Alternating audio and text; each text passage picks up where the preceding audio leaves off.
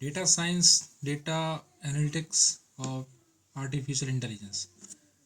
बहुत सारे लोग हैं ऐसे जो मैसेज करते हैं कि अपनी कंपनी में इन प्रोफाइल के लिए मेरे को रेफ़र कर दो, या ऐसे बहुत सारे लोग हैं जिनकी जॉब नहीं लग रही इन सारी कोर्सेज़ को करने के बाद भी।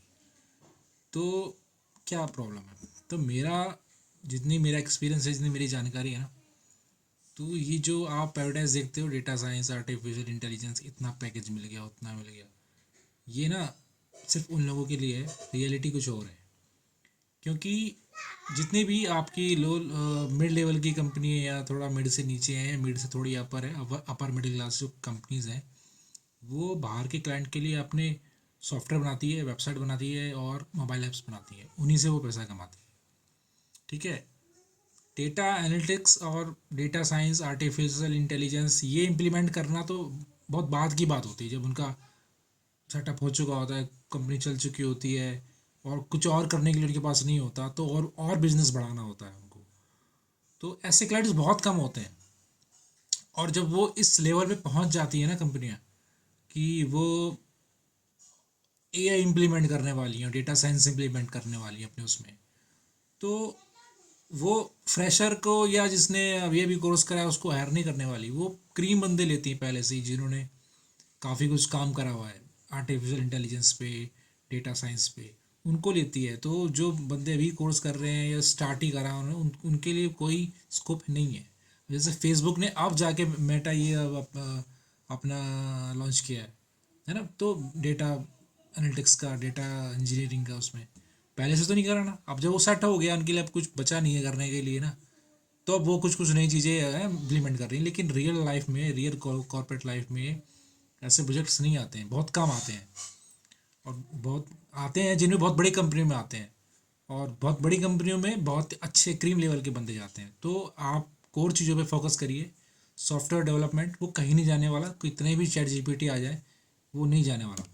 चैट जीपीटी भी किसी सॉफ्टवेयर डेवलपर ने ही बनाया।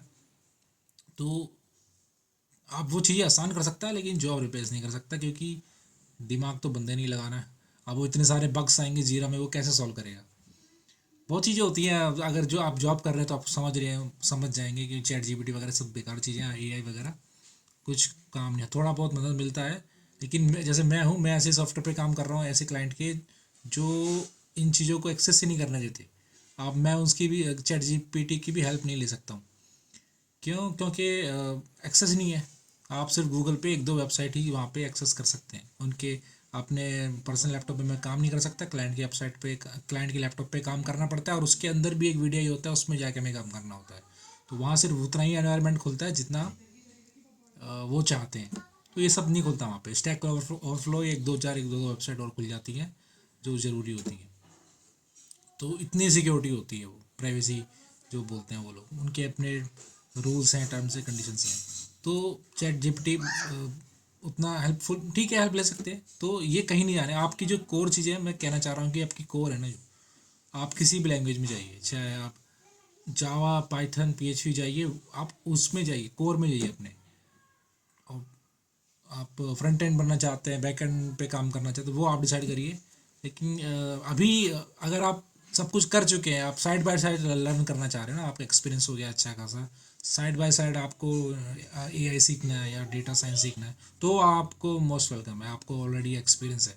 तो आपके लिए एक्सपोजर है बड़ी कंपनी में, क्योंकि आप एक सैचुरेटेड पॉइंट पे पहुंच चुके हैं अपनी कंपनी में, और अच्छी जगह जाना चाहते हैं, तो आपको ज़रूर करना चाहिए। लेकिन अभी आपका करियर शुरुआत कर रहे हैं, उस इनिशियल ईयर्स में है, तो आपको पंगा नहीं लेना चाहिए। जिसमें जॉब्स बहुत ज़्यादा हैं उसमें जाना चाहिए आपको। ठीक है। तो थैंक यू।